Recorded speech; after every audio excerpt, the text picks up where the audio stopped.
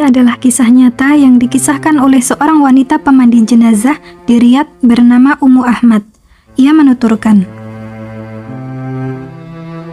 "Suatu hari, aku diminta oleh salah satu keluarga untuk memandikan mayit seorang gadis, putri mereka.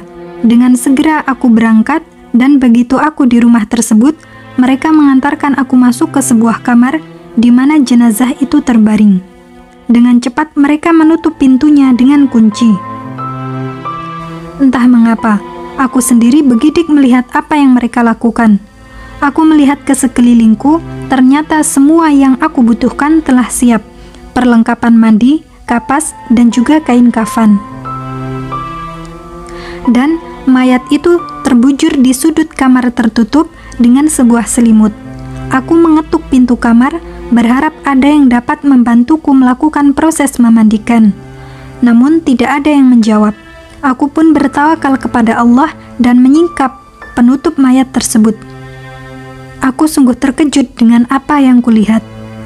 Aku menyaksikan sebuah pemandangan yang membuat gemetar seluruh tubuh. Wajah jenazah itu terbalik, tubuhnya mengering dan warnanya sangat hitam. Aku sendiri telah banyak memandikan jenazah. Sudah banyak yang aku lihat, namun yang seperti ini belum pernah aku lihat. Aku segera mengetuk pintu rumah itu dengan segenap tenagaku, berharap ada yang bisa memberikan penjelasan atas apa yang aku lihat. Tapi sepertinya tidak ada seorang pun di rumah. Aku pun terduduk, berzikir membaca bacaan zikir, dan meniupkannya ke seluruh tubuhku hingga rasa takutku mereda. Allah pun memberikan pertolongannya kepadaku dan aku pun mulai memandikannya. Namun, setiap aku memandikan satu anggota tubuh, ia terlepas persis seperti sesuatu yang telah melembek dan busuk. Itu sangat merepotkanku. Hingga akhirnya ketika aku selesai memandikannya, aku pun mengetuk pintu kamar itu dan memanggil-manggil mereka. "Tolong, bukakan pintu, aku sudah mengkafani mayat kalian." Aku dalam kondisi menunggu seperti itu cukup lama, hingga akhirnya ketika mereka membuka pintu, aku segera bergegas meninggalkan rumah itu tanpa bertanya mengapa dan apa penyebab jenazah itu menjadi seperti itu. Setelah aku pulang ke rumahku, aku hanya bisa terbaring selama 3 hari akibat tindakan keluarga itu menguncikan pintu kamar tersebut dan akibat menyaksikan pemandangan yang mengerikan itu. Aku kemudian menghubungi salah seorang syekh dan menceritakan padanya apa yang terjadi.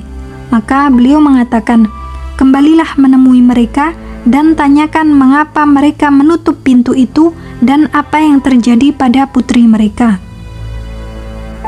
Aku pun pergi menemui keluarga itu kembali. Kepada mereka, aku mengatakan, "Demi Allah, aku minta kalian menjawab 2 pertanyaanku. Pertama, mengapa kalian menguncikan pintu itu untukku? Dan kedua, apa yang terjadi pada anak gadis kalian itu sehingga kondisinya seperti itu?" Kemudian mereka menjawab, "Kami menutup pintu itu untuk Anda karena sebelumnya kami telah memanggil 7 orang untuk memandikannya. Namun ketika mereka melihat kondisinya, mereka semuanya menolak memandikan jenazahnya. Adapun mengapa ia seperti itu, mungkin karena selama hidupnya ia tidak pernah mengerjakan sholat dan tidak mau menutup aurat." La haula wala quwata illa billah. Seperti itu kondisinya, padahal ia belum lagi dimasukkan ke dalam kuburnya. Lalu bagaimana jika ia telah dimasukkan ke dalam kuburnya dan kelak saat ia berjumpa dengan Allah Azza wa Jalla?